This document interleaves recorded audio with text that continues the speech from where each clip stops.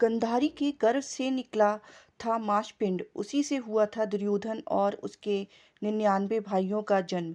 किसने दिया था गंधारी को 100 पुत्रों का वरदान? जानिए यहाँ। ठीक ऐसे ही इस बात के बारे में भी बताया गया है कि आखिर कैसे गांधारी के 100 पुत्र एक साथ जन्मे थे। सभी जानते ही होंगे कि गांधारी और धृतराष्ट्र के 100 पुत्र थे, जिन्हें कौरव कहा गया। महाभारत में कौरव वंश में जुड़ी हर एक बात का विस्तार से उल्लेख मिलता है।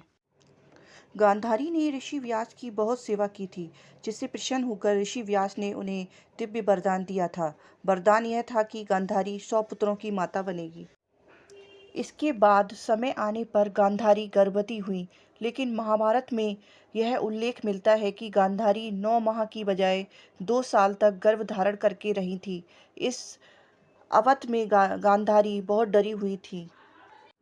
इसके बाद जब गांधारी को प्रसव पीड़ा शुरू हुई, तब गांधारी की कोख से जन्मा था एक मांस का टुकड़ा, यानी कि गांधारी को कोई संतान नहीं हुई, बल्कि एक मांस के साधारण से टुकड़े ने जन्म लिया था।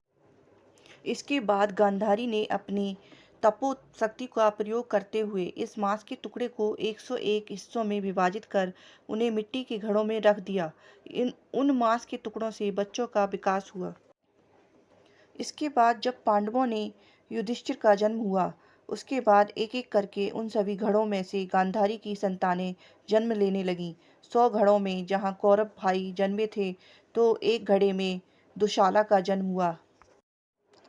महाभारत में इस बात का उल्लेख मिलता है कि कौरवों के जन्म में इतनी देरी इसलिए हुई थी क्योंकि पिछले जन्म में गांधारी ने जीव हत्या कर पाप कमाया था, और उसी का फल उन्हें द्वापर युग में मिला।